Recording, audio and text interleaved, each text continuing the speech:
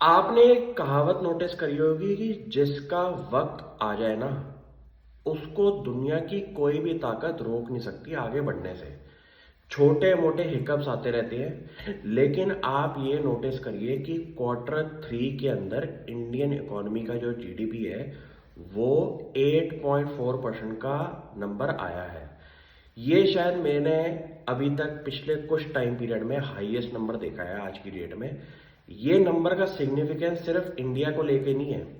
ये नंबर का अगर हम कंपैरिजन बाकी डेवलप्ड नेशंस में चेक करेंगे इस लेवल के जीडीपी पे, तो आप हैरान हो जाएंगे कि पूरे वर्ल्ड में ना कहीं कुछ ना कुछ दिक्कत चल रही है।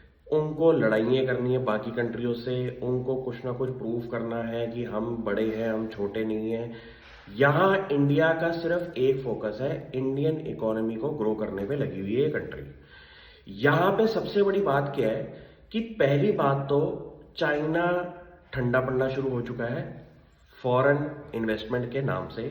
जहाँ पे वहाँ पे फ्लोज का जो सिस्टम था पिछले 20 साल की जो उन्होंने ग्रोथ दिखाई है, वहाँ पे अब स्लो डाउन शुरू हो चुका है। इस टाइम हॉटेस्ट डेस्टिनेशन पूरे वर्ल्ड की है इंडिया।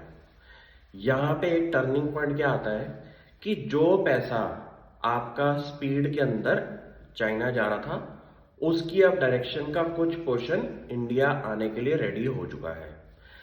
ये तो होगी प्लस बात कि चाइना के अंदर अब आगे जाके जो ग्रोथ रेट है वो उनको नहीं दिखाई देती, तो उन्होंने एक बेटर पोजीशन में इंडिया को पकड़ा है, वहां पे आप पैसा लगाइए।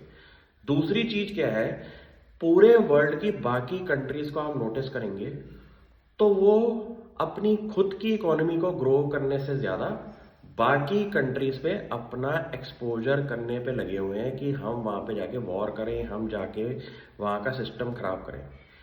इंडिया की एक ऐसी कंट्री है पूरे वर्ल्ड में जिसने वॉर के ऊपर कोई भी स्टैंड नहीं लिया है, और बल्कि उन्होंने हर कंट्री को जाके बोला है कि हमारा तो न्यूट्रल स्टैंड है किसी भी कंट्री के बारे में अगर आप लड़ाई की बात करेंगे। ये ओपिनियन देना जो कि मैंने एक रीसेंट प्रेस कॉन्फ्रेंस में नोटिस किया था, मिस्टर जयशंकर जी ने बोला कि हमने रशिया के साथ अपना न्यूट्रल स्टैंड रखा हुआ है और हम आगे भी यही रखेंगे। ये बातें करने से समझ में आ जाता है कि हमारा प्रायोरिटी एरिया पूरे वर्ल्ड के गलत रिलेशनशिप को ठीक करने पे नहीं है।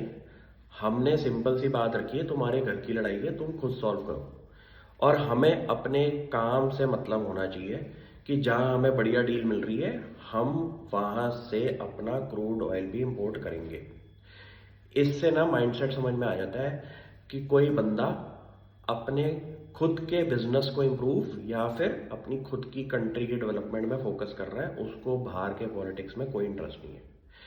ये चीज़ों पे ना थोड़ा थोड़ा इफेक्ट आना शुरू होता है, लेकिन कंबाइन करके एक समझ में आ जाता है कि ये कंट्री का फोकस एरिया इज खुद की ग्रोथ, और इनको कोई और कंट्री से कोई मतलब नहीं है।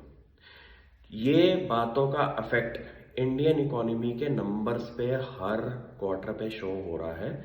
ये नंबर आज से 5 साल पहले काफी ज्यादा लोगों के दिमाग में थे कि 6 से 7%, 6 से 7% की ग्रोथ हो रही है। अब ये नंबर जिस दिन टच होना शुरू हो चुका है 8% पे, यहाँ पे ना गेम चेंज हो जाती है।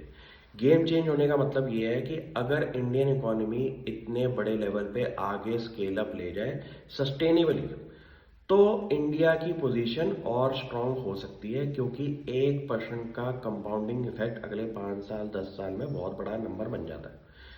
यहाँ पे आपको ये समझना पड़ेगा कि यहाँ पे कोर मैन्युफैक्चरिंग इंडिया की जो है जितनी भी बढ़ रही है वो वाली परसेंटेज आ रही है इंडिया के अंदर, जो कि चाइना से उठ के इंडिया में आ रहा है काम।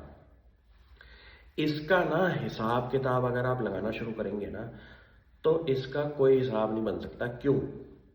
क्योंकि अगर वहां पे 100% कैपेसिटी थी किसी कंपनी की, वो अगर अगले 5-10 सालों में सिर्फ 5-10% भी यहाँ पे ले आए ना, यहाँ पे तो सर मैन्युफैक्चरिंग ही नहीं थी उन चीज़ों की।